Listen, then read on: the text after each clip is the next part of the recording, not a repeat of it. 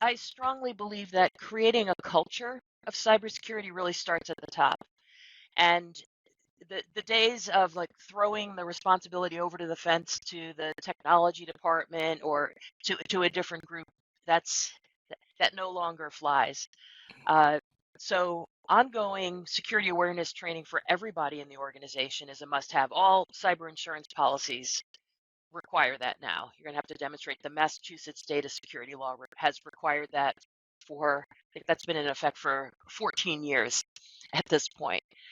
And, learning the basics. So as far as from what I've read in the SEC guidelines, companies aren't specifically required to have a cybersecurity expert on the board, but they are required to say how they are getting trained, how they're getting advice, what are their sources of advice, etc.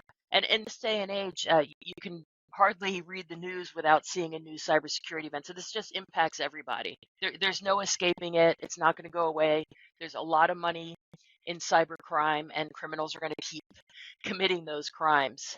So, setting that example, for example, just doing simulated phishing tests among people.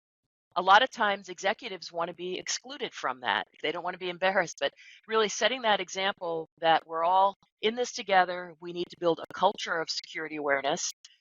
In Verizon's data breach investigations report that they come out with every year, 74% of cyber incidents involve a human factor, somebody clicking Hmm. on a link. So it's really not something you can just set aside for one department.